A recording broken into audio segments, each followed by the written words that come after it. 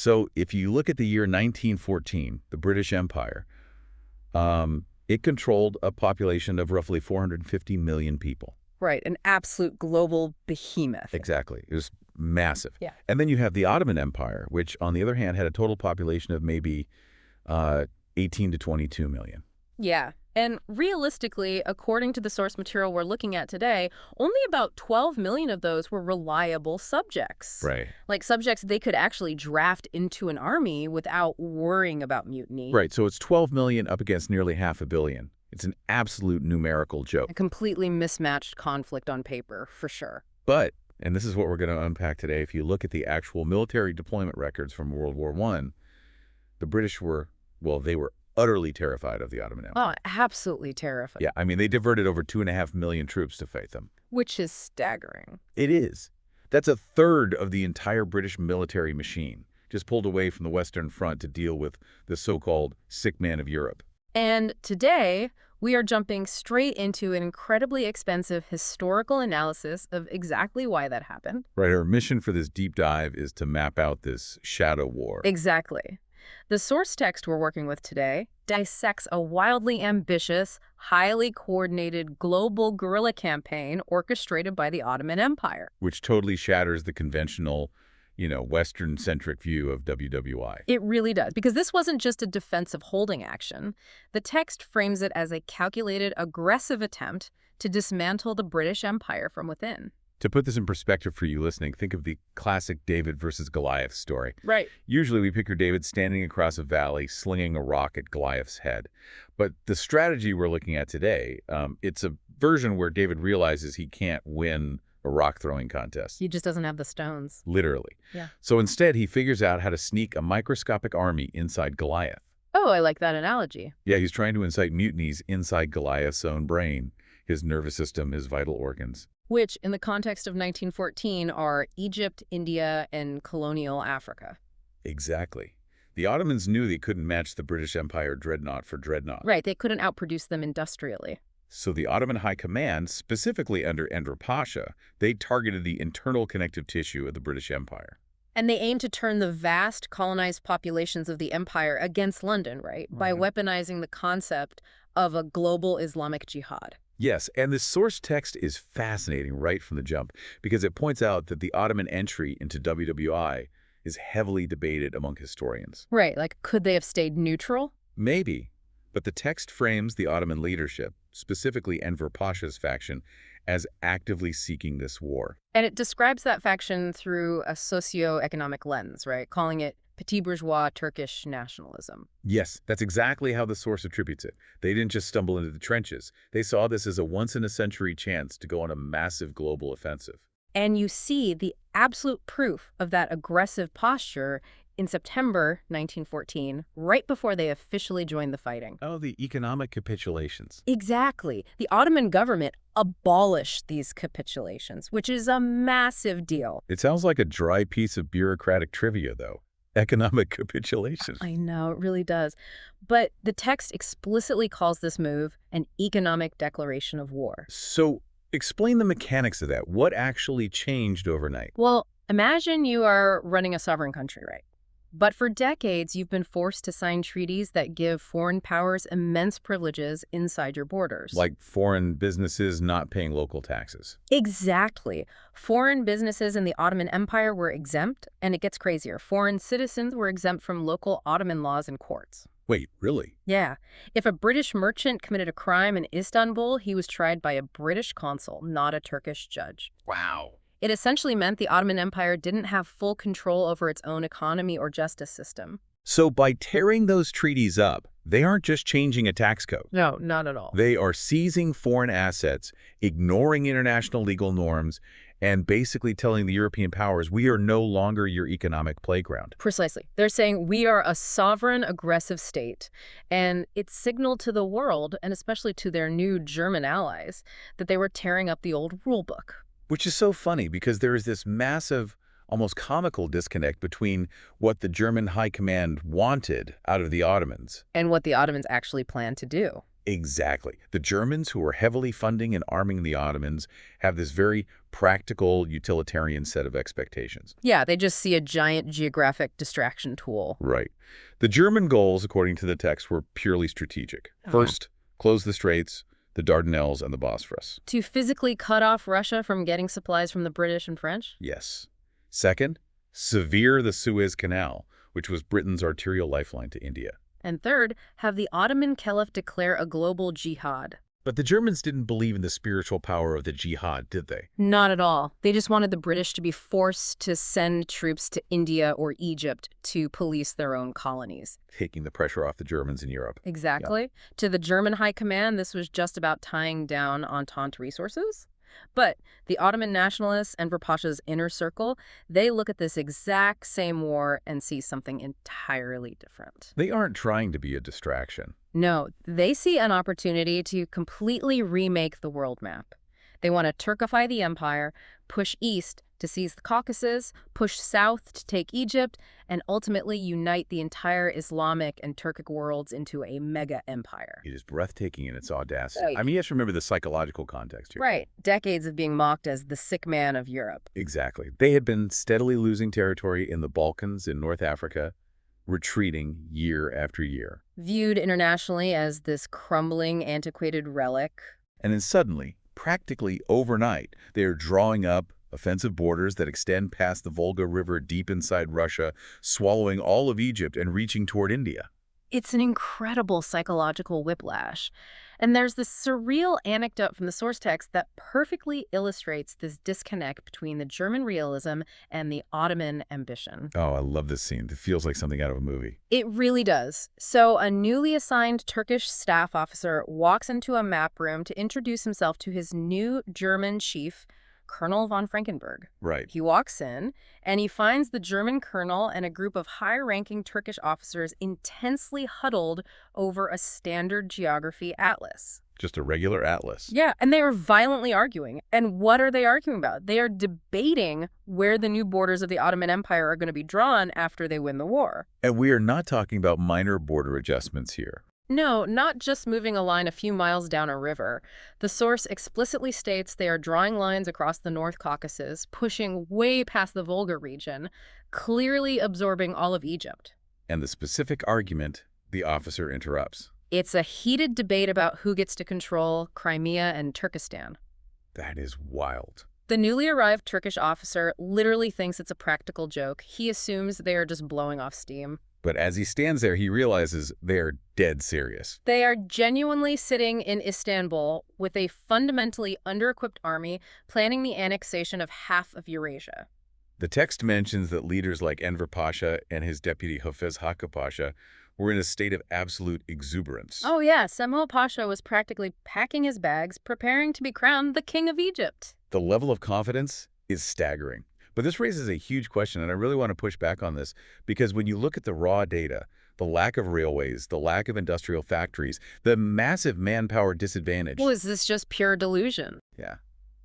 Was Enver Pasha just drunk on map-room fantasies, or was there actual grounded strategic logic to trying to fight the Russian Empire and the British Empire on every conceivable front simultaneously? That is the crucial question, and the source text grapples with this deeply. It actually uses phrases like crazy disproportion and mad lack of measure to describe these plans. So it's delusional.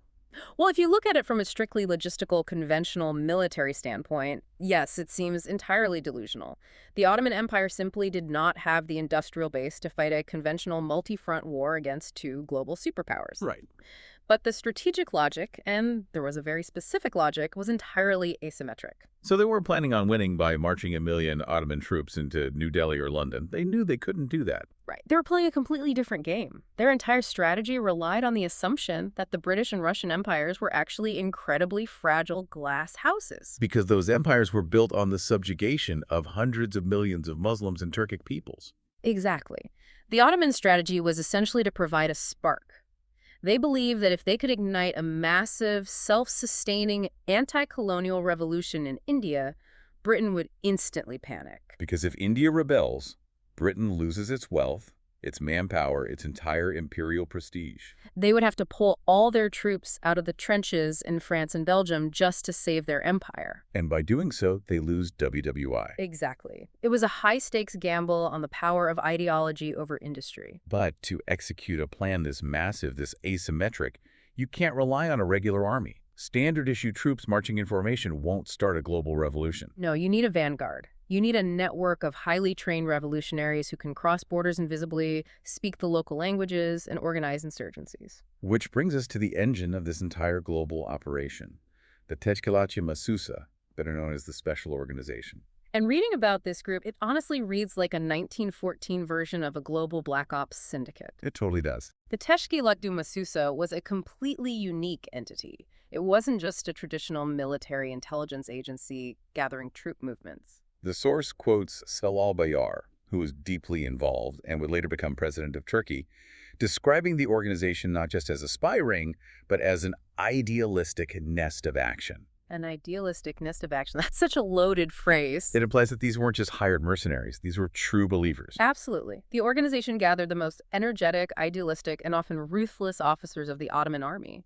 But it also brought in intellectuals, writers, and Islamic scholars from all over the world. So their goal wasn't just to win battles. No, it was to spark global, anti-colonial, national liberations. They essentially wanted to turn the Islamic faith into the active, kinetic driving force of Ottoman foreign policy. And the roster of operatives in this organization reads like a hall of fame for Turkish military history. Oh, absolutely. You have Süleyman Askeri, who was the head of the organization. This is a guy who had already proven he could build a state from scratch.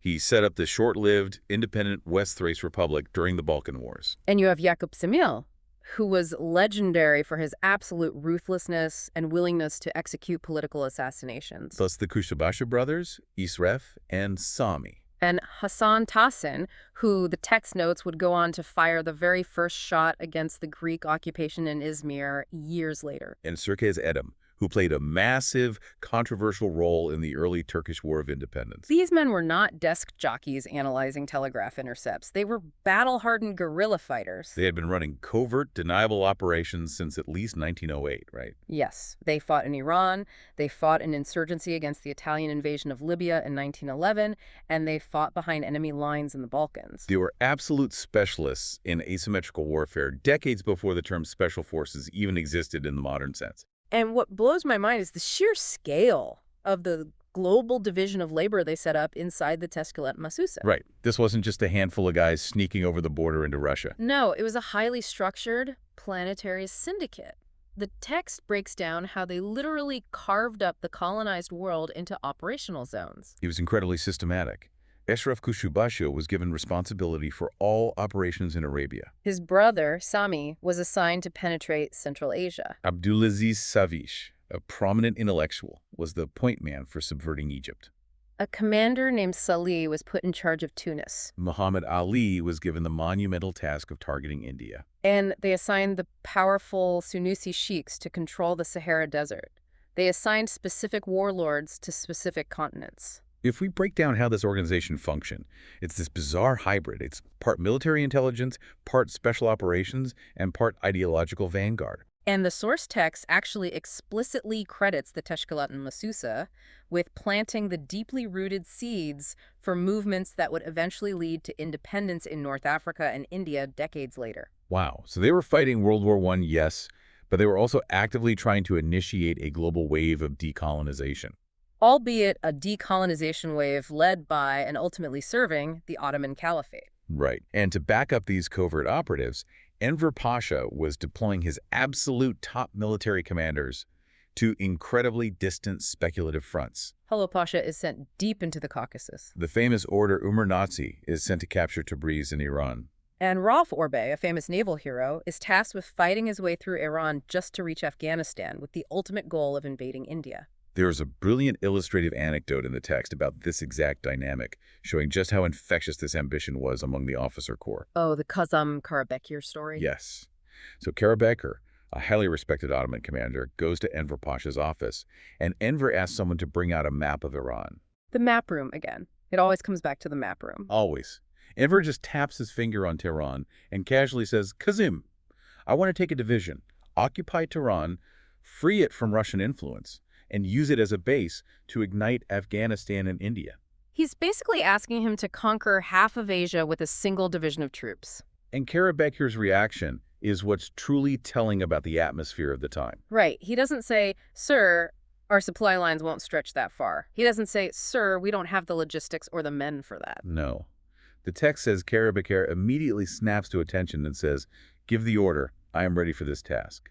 It highlights how deeply this cinematic dream of global conquest and Islamic revolution had permeated the high command. It really is mission impossible, but executed with horses, telegraphs, and a fundamentalist zeal. That enthusiasm was contagious, certainly, but it is absolutely crucial to note that it wasn't universal. Right, not everyone in the Ottoman command bought into Enver Pasha's grand vision. In fact, some of the most capable officers thought it was entirely suicidal. And standing in starkest contrast to Karabekir snapping to attention, you have Mustafa Kemal, who would later become Ataturk, the founding father of modern Turkey. His reaction to Enver's plans is practically dripping with sarcasm. It's such a sharp pivot from the map room exuberance. It really is. The source text recounts a conversation Mustafa Kemal had, where he describes Enver Pasha offering him 3 regiments. Enver tells Kemal to take these 3 regiments, march through Iran, rouse the local Muslim populations, and conquer India. And Kemal's response is incredibly grounded. He basically tells them, "I am not that much of a hero." He says to Talat Pasha, "Bring me a map." He looks at the distance between Istanbul and New Delhi and he says, "Why 3 regiments? Just send 1 man. He's going to have to raise his own army out of thin air anyway." And the kicker is when the leadership implies he's turning down a glorious sacrifice. Kemal replies, "If such a thing were actually possible, I wouldn't wait for your orders. I'd just go do it, find the forces, conquer India, and make myself emperor." It's a brilliant quote because it exposes the core flaw in Enver's thinking. What's fascinating here is Mustafa Kemal's intense pragmatism. He recognized immediately that Enver's entire plan relied on far too many uncontrollable variables. You cannot conjure an army out of thin air in a foreign country simply based on shared religion. You need food, you need bullets, you need pay. Kemal saw the grueling logistical impossibilities that Enver deliberately chose to ignore. The source text uses this contrast brilliantly to highlight the sheer fantastical nature of the pan-Islamist strategy. Kemal represents the modern, rational military mind looking at a strategy built on romantic 19th century ideals of holy war. But despite the fierce skepticism of people like Kemal, the plan moves forward and Enver Pasha is in charge. The Ottoman state officially declares a global jihad, and the language of this declaration is intense. It calls on Muslims in Crimea, in Kazan, in Turkestan, India, China, Afghanistan, everywhere to rise up and fight the Triple Entente. They are literally calling on the citizens of enemy empires to destroy their own governments from the inside out. And it's vital to understand that this wasn't just a theological pronouncement read in a few mosques in Istanbul. Right. The implementation of this jihad was highly organized, bureaucratic, and modern. The text details how the Ottomans, heavily financed by the Germans, distributed Arabic pamphlets across the entire Islamic world. And these weren't just quick one-page flyers. No, the scale of the propaganda is staggering. The English translation of the main pamphlet that was distributed in places like India, Egypt, and Morocco was 10,000 words long. 10,000 words. That's not a flyer. That is a comprehensive manifesto. That's a small book. And think about the logistics of 1914. They had to print tens of thousands of these, translate them into local dialects, and smuggle them across heavily militarized borders into British and Russian territories. And the rhetoric within these pamphlets, as quoted extensively in the source, is incredibly violent and highly weaponized. It doesn't just talk about abstract spiritual duty or the afterlife. It sharply targets the immense, visible wealth inequality between the colonized people and the European colonizers. Exactly. It merges religious duty with raw economic grievance. The pamphlet says, "The Muslim works, the infidel eats. The Muslim is hungry and suffers. The infidel lives in abundance and luxury. Muslims are slaves, while the infidels are great rulers." It's basically Marxist class warfare language, completely fused with Islamic theology. Imagine being an ordinary citizen in a colonized nation in 1914. Maybe you're a tenant farmer in India turning over most of your crops to a British landlord. Or a laborer in Egypt working on the British railways. You are living under the boot of a foreign empire, you are economically exploited, you are exhausted, and suddenly a Tezkelat Masusa operative smuggles this 10,000-word document into your village. It's from the Caliph of Islam himself, telling you that your poverty is an affront to God and it is your divine duty to rise up. It was designed to be the perfect powder keg. The pamphlet explicitly called for the direct physical killing of the colonial masters. Enver Pasha even published calls in Indian Muslim magazines utilizing raw demographic data. He stated, "The population of India is roughly 320 million, while the English are only 200,000. They must be killed."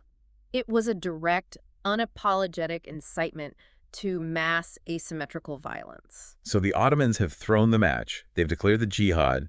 They are actively smuggling these explosive 10,000-word manifestos worldwide, and their Black Ops guys are crossing borders to hand out weapons. Yeah. How does the British Empire, sitting on top of this massive demographic powder keg, actually react? Yeah. Because the British reaction is where you realize just how seriously London took this threat. To understand the sheer panic in London, you have to continually return to the numbers. The demographics were the ultimate British nightmare. As we mentioned, Britain ruled over an empire of 450 million people.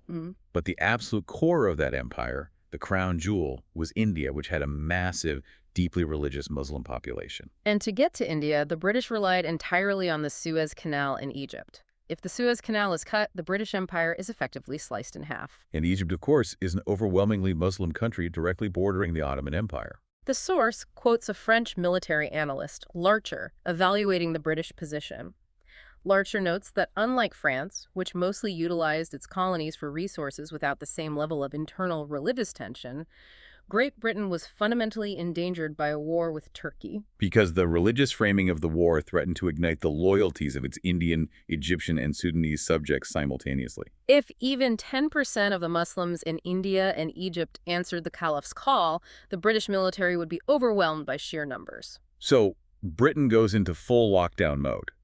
They implement countermeasures that show a government absolutely terrified of its own people. They treat their own colonial subjects as potential enemy combatants. The countermeasures were sweeping, draconian, and incredibly fast. Let's look at Egypt first, because it was the most immediate fear due to its proximity to the Ottoman army in Palestine. The British simply decided they could not trust the native Egyptian soldiers. They feared that if the Ottoman army marched on the Suez Canal, the Egyptian troops would turn their guns on their British officers. So what do? You can't just fire the whole army. No, so they physically removed them. The British shipped the Egyptian Muslim troops out of the country entirely, sending them deep into Sudan to get them out of the way of the Ottoman advance. Wow. And to replace them, to protect the vital Suez Canal, they hurriedly raised a 50,000-man white force. They needed soldiers from Australia, New Zealand, and Britain who wouldn't be swayed by an Islamic fatwa. They also established complete, suffocating censorship in Egypt, cutting off all external communications, telegraphs, and mail to stop the jihad propaganda from leaking in. And over in India, the paranoia was even worse. The British military command remembered the 1857 Sepoy Mutiny vividly, Right. so they became incredibly selective about which Indian troops they would even arm. They only recruited from specific ethnic and religious groups they deemed martial and loyal, strictly screening out anyone they thought might harbor pan-Islamic sympathies. The political leadership in India was equally ruthless. The Viceroy of India, Lord Hardinge, took immediate preemptive action. He imprisoned prominent Indian Muslim leaders, like Muhammad Ali, not for anything they had done, but simply as a precaution. Lord Hardinge also formally issued a massive public declaration, desperately assuring the Indian population that the war with the Ottoman Empire had absolutely no religious nature whatsoever, and that the holy places of Mecca and Medina would be entirely respected by British forces. They were trying to pour water on the religious framing the Ottomans were building, but the most staggering evidence of British fear isn't the censorship or the political arrests. It's the actual military deployment. The source text drops a statistic here that completely changes how you view World War I. Britain utilized 2,551,000 soldiers against the Turks. 2.5 million men. That is 32% of their entire global WWI forces. A third of the British military was deployed to fight the sick man of Europe. They suffered over 262,000 casualties fighting the Ottomans, including 13,000 officers. If we connect this to the bigger picture, it completely recontextualizes the Middle Eastern theater of the war. It does. In many Western histories, the Middle East is treated as a sideshow, a secondary front. But for the British, it was an existential deathmatch. The sheer volume of troops Britain diverted from the European Western Front, where they were locked in a desperate, muddy meat grinder with the German army, proves that London genuinely believed the Ottoman threat could shatter their global empire. They couldn't afford to take any chances. They prioritized crushing the Ottomans over breaking the stalemate in France. And the Ottomans actually gave them incredibly valid reasons to be terrified early on. The text details these surprising early Turkish victories that deeply, deeply rattled London. You have Gallipoli. The British launch a massive amphibious invasion with a 470,000-man force and absolute naval superiority. Winston Churchill literally boasted to the press that it would take 4 weeks to Istanbul. And instead of a 4-week victory parade, the Ottomans, under commanders like Mustafa Kemal, handed the British one of the most devastating, bloody defeats of the entire war. The British had to evacuate in total humiliation. Then there was the Iraq theater.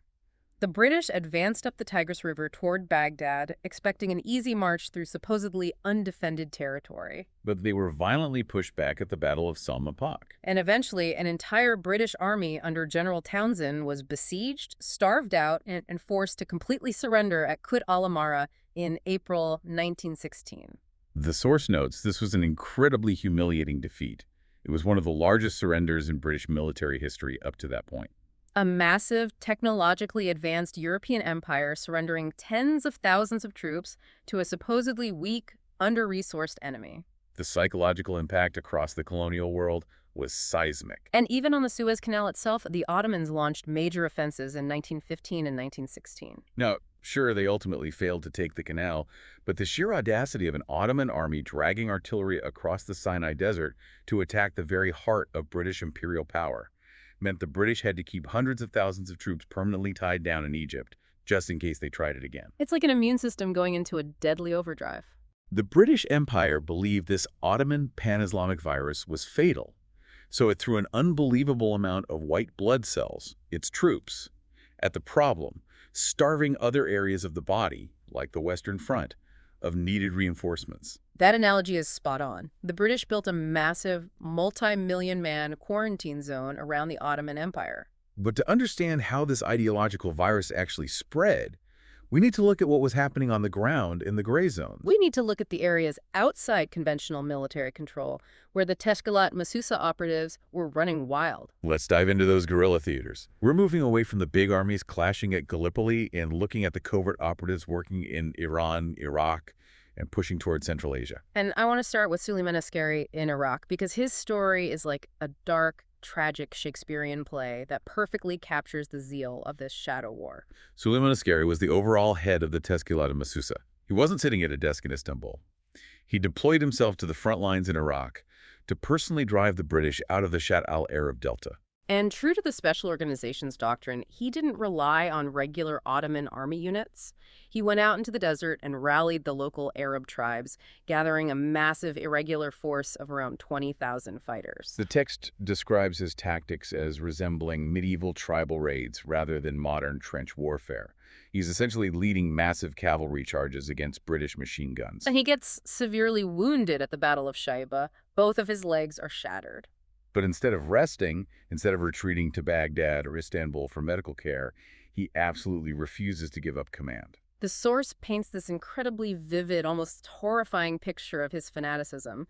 He checks himself out of the field hospital. He physically cannot ride a horse or even stand up because of his shattered legs. So he orders his men to put him in a horse-drawn carriage. Wait, from a horse-drawn carriage? Exactly. And he leads the next massive assault against entrenched British positions from the back of this carriage. It's an image of pure, desperate determination. A man in a carriage, screaming orders, leading 20,000 irregulars against modern artillery. But irregular tribal cavalry charging entrenched British positions ends exactly how you would mathematically expect it to. It was an absolute slaughter, a complete disaster. And facing this total defeat, watching his army shatter, and realizing his entire strategy of tribal uprising had failed in Iraq, Suleiman Askari took his own pistol and committed suicide on April 1st, 1915, right there on the battlefield. It highlights the extreme personal stakes, the absolute zeal, and the tragic reality of these Ottoman operatives. They believed in this mission to the point of self-destruction. But the chaos of the Shadow War didn't stop in Iraq. Let's move next door to Iran. Now, Iran was technically a neutral country when the war started. But it was incredibly weak, effectively divided into spheres of influence by the Russian Empire in the north and the British in the south. But when WWI kicks off, Iran turns into an absolute Wild West. German and Turkish operatives flood the country, treating it like a playground for insurgency. The text highlights the German military attaché in Tehran, Count Knetz. He was essentially running a well-funded, one-man insurgency across the country. The source details how Kanitz and his operatives were literally overthrowing banks. They specifically targeted British and Russian financial institutions, blowing the safes and looting their gold to fund their operations. They were acting like outlaws, bank robbers funding a holy war. And they took that gold and recruited the local Iranian gendarmerie, which ironically had been trained by neutral Swedish officers. So you have German agents paying Swedish-trained Iranian cops with stolen British gold to fight the Russians. It's geopolitics at its most chaotic. Yeah. The text notes they were even plotting to kidnap the Shah of Iran or overthrow him entirely to force the Iranian government to formally declare war on the Entente. At one point, a German lieutenant named Erdmann takes over the entire Iranian city of Hamadan with just 500 mutinous Iranian gendarmes. He essentially sets up a rogue city-state. And on the Turkish side, in Iran, you have Rauf Orbey. He was the operative assigned to fight his way through Iran to reach Afghanistan. But he gets bogged down fighting Russian patrols. Yeah. And what does he do? He essentially sets himself up as a regional warlord in the mountains. He establishes a heavily fortified headquarters, fights off British and Russian incursions, and the source text notes that he actually started collecting taxes from the local Iranian population. He's doing something the actual central Iranian government in Tehran couldn't even manage to do. Exactly. He's running a shadow government. This really unpacks the massive geopolitical vacuum left in the region. There was no functioning central authority. Small bands of highly motivated, well-funded operatives could theoretically change world history by flipping entire provinces or countries to their side. The ultimate goal here wasn't just to cause trouble, it was to create a continuous, unbroken chain of allied Islamic states from Istanbul through Iran all the way to the Indian border. Which brings us to an even more ambitious geographic goal, the push for Turan. This was the Pentaranic dream of uniting all the Turkic peoples of Central Asia, from Azerbaijan to Uzbekistan and beyond. And this strategy really kicks into high gear after 1917. Why? Because the Bolshevik Revolution happens, and the massive Russian Empire completely collapses into civil war. Suddenly, the entire Caucasus region, which had been locked down by the Tsar's armies for a century, is wide open. It's a massive power vacuum sitting on top of the world's most lucrative oil fields in Baku. This is where the great game between Britain and the Ottomans reaches an absolute fever pitch.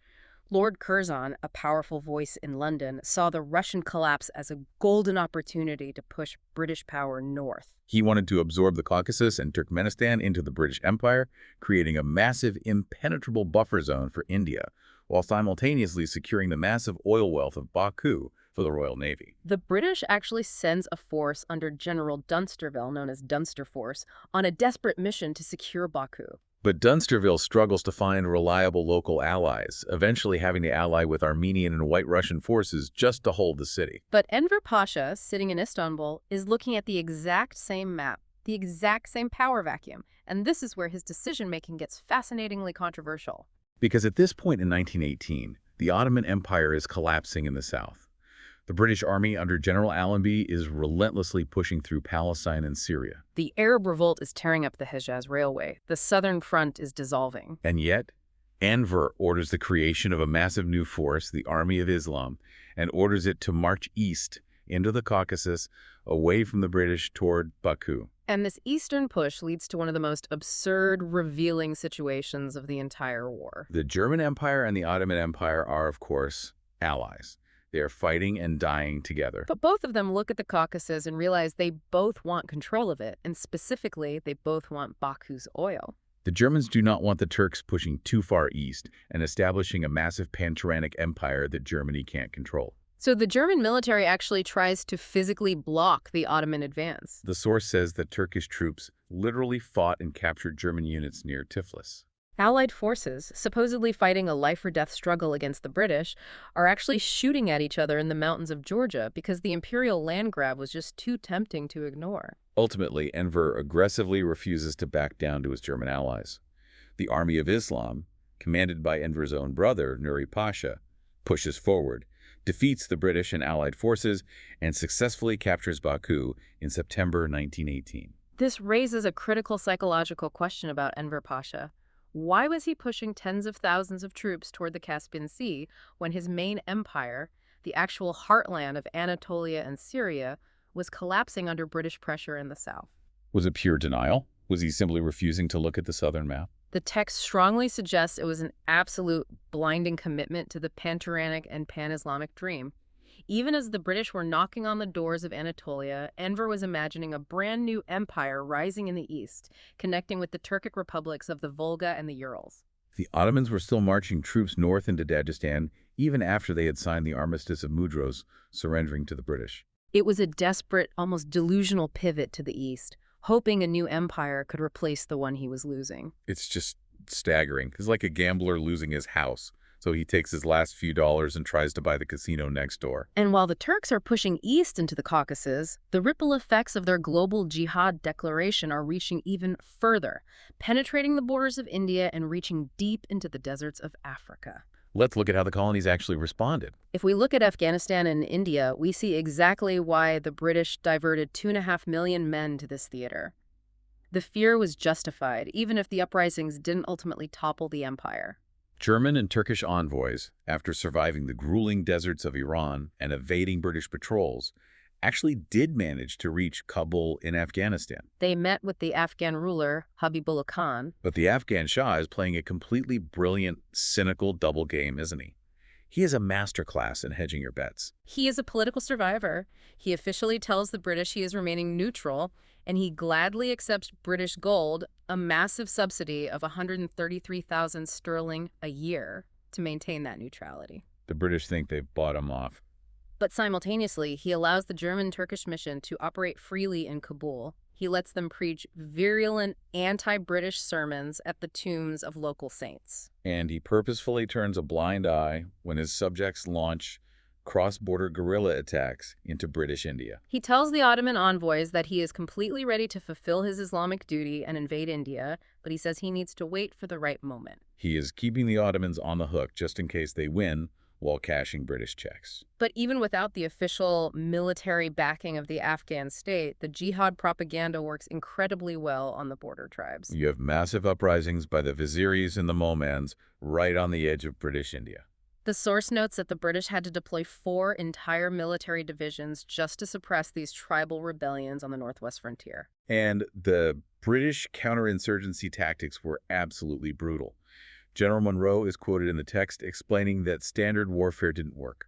So they resorted to collective punishment, burning crops, systematically destroying entire villages, and using aerial bombing, literally dropping bombs from early biplanes onto tribal encampments to crush the resistance. And the plotting inside India went even deeper than border skirmishes. There were elaborate transnational plans to create an army of God with its headquarters in Medina, branches in Kabul and Tehran, and operatives inside India. You had the Ghadir Party, which is a fascinating element. It had Hindu leadership but operated heavily out of America and Canada, plotting assassinations and trying to incite mutinies among Indian soldiers serving in the British Army.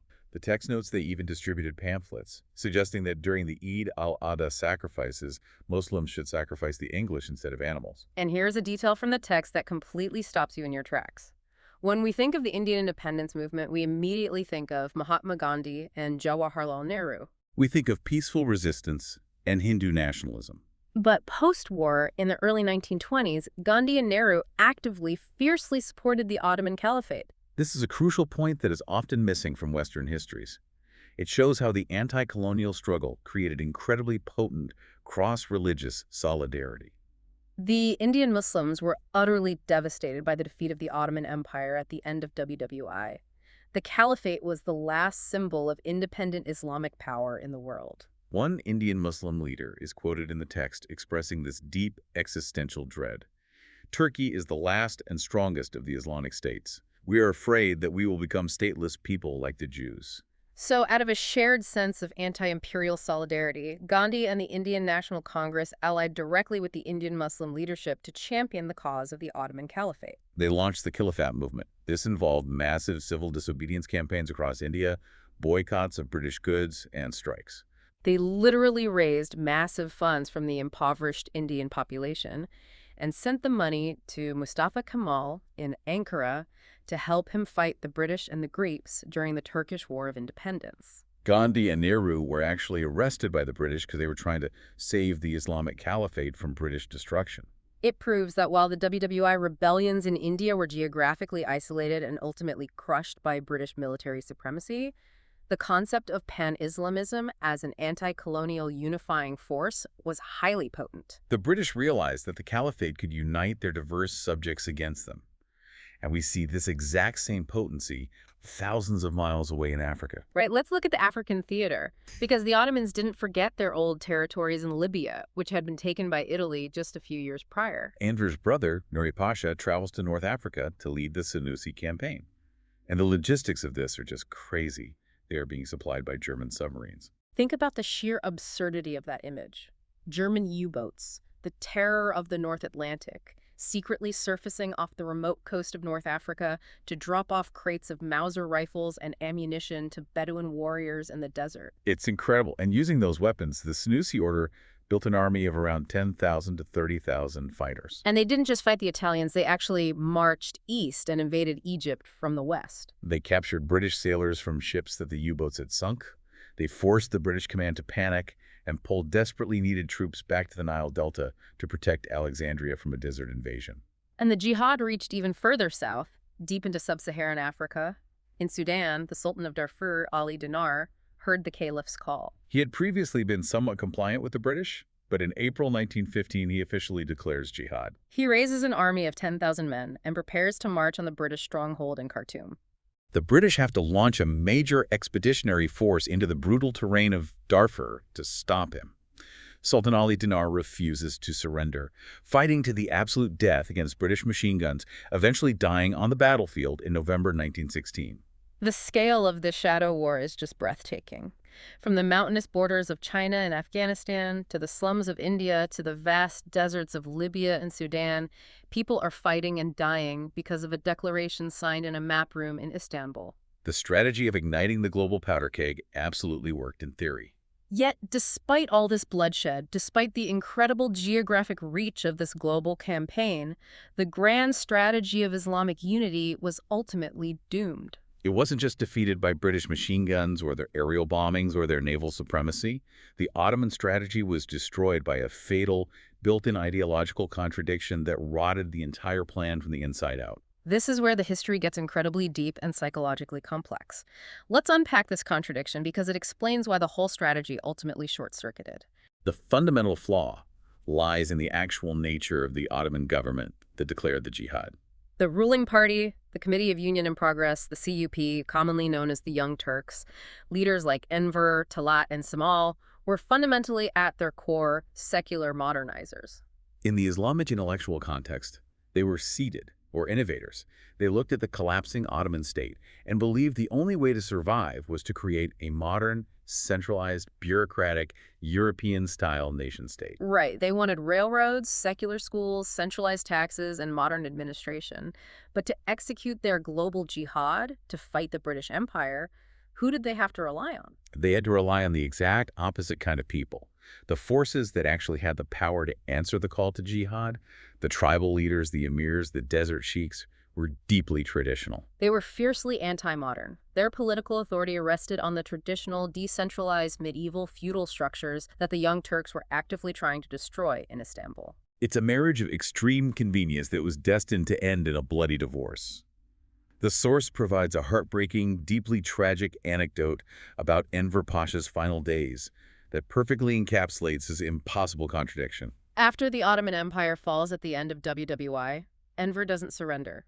He flees to Central Asia to personally lead the Basmachi revolt against the newly formed Soviet Union. He is still fighting for his grand pan-Turanic dream.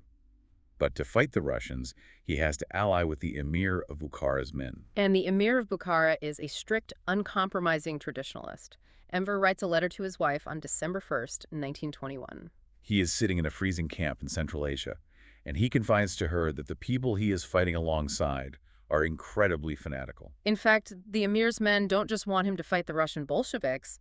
They demand that Enver fight the seated, his fellow modernizing intellectuals in Central Asia. He realizes at the very end of his life that he is surrounded by people who violently hate everything he actually stands for ideologically. The text says he literally takes his family photographs and all the modern books he brought with him, and he burns them. He throws his books into the fire because the local fanatics he is commanding consider them sacrilegious and proof that he isn't a true Muslim. He writes to his wife, "If I were not a man of faith, I would be terrified by the outcome of this business and regret it." He realizes the painful, fatal irony of his entire life's work. He tried to use traditional religion to build a modern empire, and the traditionalists ended up consuming him. And the British, with their centuries of imperial experience, saw this exact ideological fault line perfectly. Sitting in Cairo and London, they realized they didn't just need to defeat the Ottoman army with artillery. They needed to short-circuit the global jihad ideologically. They needed to provide a religious alternative. They needed a rival caliphate. The analogy I used earlier was a corporate hostile takeover. The British realized the brand of the Ottoman Caliphate is too strong, too dangerous to destroy from the outside. If a British general attacks a caliph, it just proves the caliph is right. So what do? They buy out a subsidiary and launch a competing product. They find Sharif Hussein of Mecca. Sharif Hussein was the traditional Hashemite guardian of the holy cities of Mecca and Medina. He possessed immense religious prestige, but he resented the centralization efforts of the Young Turks. The British approached him with a massive, irresistible financial offer, 300,000 gold liras a month. To put that in perspective, they were essentially buying an entire kingdom's loyalty. But they also offered him the geopolitical prospect of an independent, unified Arab kingdom after the war, and, implicitly, the title of Caliph itself. But Hussein is smart. He knows he can't just rebel against the Caliph of Islam for British gold. His own people would turn on him. He needs a bulletproof theological justification for breaking with Istanbul. And this is where the British strategy is so brilliantly, remarkably cynical. Hussein's official justification for launching the Arab revolt, according to the source, didn't attack the Caliph directly. He attacked the irreligious Young Turks. Exactly. Hussein's manifesto explicitly blamed the CUP for altering divine law. He complained that the Young Turks were too progressive. He cited their attempts to give women equal inheritance rights instead of the traditional Islamic split. He complained that the Young Turks allowed soldiers stationed in Medina and Damascus to break their fasting during Ramadan to maintain combat readiness. It's incredible when you really think about it. The British Empire, a Christian colonial power, successfully funded and armed a strict traditionalist Islamic revolt against the Ottoman Empire by loudly accusing the Ottoman government of being too progressive, too modern, and not Islamic enough. By attacking the CUP's progressive social reforms from a deeply conservative religious angle, Sharif Hussein and his British handlers successfully provided a religiously valid off-ramp for Arabs who didn't want to follow the Ottoman jihad. It gave them theological permission to ally with the British. It completely short-circuited Enver's global strategy, tearing the Ottoman Empire apart from the inside. So the Arab revolt happens. The British armies push relentlessly through Palestine and Syria. The Bulgarian front collapses. And by late 1918, the Ottoman Empire is utterly defeated. They are forced to sign the Armistice of Mudros. But the story doesn't end when the guns stop firing. Because the British weren't just satisfied with winning the war on the battlefield. They needed to execute an ideological extermination. Which brings us to the vengeful peace. The post-war treaties imposed on the Ottoman Empire, specifically the Treaty of Sèvres, which preceded the modern borders of Turkey, were extraordinarily harsh. They were designed to partition the empire entirely, leaving the Turks with only a tiny, defenseless rump state in central Anatolia. And the source text argues that this severity wasn't just about the victors grabbing territory and oil. It was highly calculated psychological warfare. There are quotes in the text from the absolute highest levels of British leadership that are genuinely chilling in their cold calculation. Prime Minister Lloyd George explicitly admits in private correspondence that the Ottomans had to be humiliated. Why? Because those early Turkish victories, the humiliation of the Royal Navy at Gallipoli, the surrender of Townsend at Kut, left a bad impression on the colonized peoples of the East. The British leadership fully recognized that the myth of Western invincibility had been completely shattered by the Ottomans. Lord Balfour, the British Foreign Secretary, sent a directive in November 1918 stating there must be absolutely no leniency shown toward the Turks. He wrote that the Muslims in Egypt and India must look at Istanbul and see the Turks completely and utterly crushed, financially, militarily, and politically. Only through that extreme visual humiliation would the colonized world realize that pan-Islamism was dead. General Wingate, the High Commissioner in Cairo, echoed the exact same sentiment back to London. He warned that any softness, any diplomatic fairness shown to the Turks at the peace table would be immediately interpreted by the Arabs and Egyptians as British weakness. They firmly believed they had to make a brutal, visceral, lasting example of Turkey to terrorize their own empire into staying quiet. This geopolitical reality highlights the tragic, heartbreaking naivete of Ottoman figures like Rauf Orbay. Orbay was the highly respected naval officer who actually signed the Armistice of Mudros on behalf of the Ottomans. He went into those negotiations hoping for British fairness. He genuinely believed that since the fighting was over, the British would act with traditional aristocratic honor and allow the Ottomans to at least retain their core Turkish-speaking territories. But he completely misunderstood the situation he was walking into. The British weren't treating this as a normal end to a European war where borders shift a few miles and everyone goes home. For Britain, it was an absolute existential necessity to publicly dissect the Ottoman Empire, to put its head on a spike, specifically to terrify their own colonial subjects in India and Africa into submission. Exactly. As we established earlier with the numbers, the British were terrified of the Ottoman strategy. In a very grim, backhanded way, the extreme vindictive harshness of the peace terms was the ultimate compliment from the British. It proved just how close the Ottoman pan-Islamic strategy had come to working. They didn't just want to disarm the enemy, they needed to erase the very idea that resistance to the British Empire was mathematically possible. Let's take a deep breath and just recap this incredible historical journey we've been on, because it completely reframes a massive chunk of world history. We started in map rooms in Istanbul, where Turkish and German officers drew imaginary world-conquering borders across continents, arguing over who got to rule Crimea. We followed the operatives of the Teşkilat Masusa, watching Suleiman Askari lead a tragic cavalry charge from a horse-drawn carriage in Iraq. We watched Count Kenneth robbing banks in Iran and Rauf Orbay collecting taxes as a rogue warlord. We saw how a 10,000-word declaration of jihad, printed in Istanbul, rippled out across the globe. We saw it cause massive tribal uprisings on the mountainous borders of India, inspiring Mahatma Gandhi to champion the Islamic Caliphate and sending Senussi warriors marching into the Egyptian desert backed by German U-boats. And finally, we saw how the inherent, unavoidable contradiction of secular modernizers trying to lead fiercely traditional religious forces caused the entire grand strategy to short-circuit.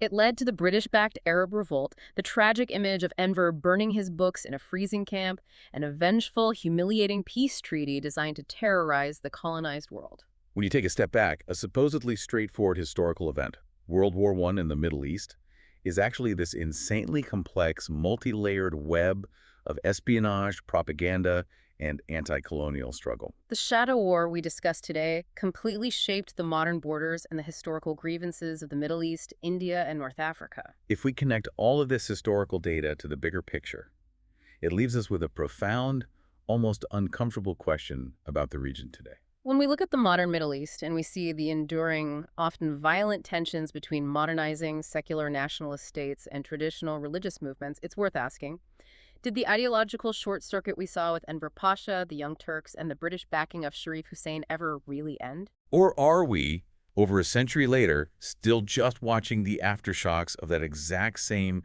WWI collision playing out in the headlines today? That is a fascinating, deeply sobering thought to leave on. Thank you so much for joining us on this deep dive into the shadow war of the Ottoman Empire. We hope exploring this massive hidden conflict flipped the historical chessboard for you as much as it did for us. Keep questioning the map, look for the stories hidden in the margins, and we'll catch you next time.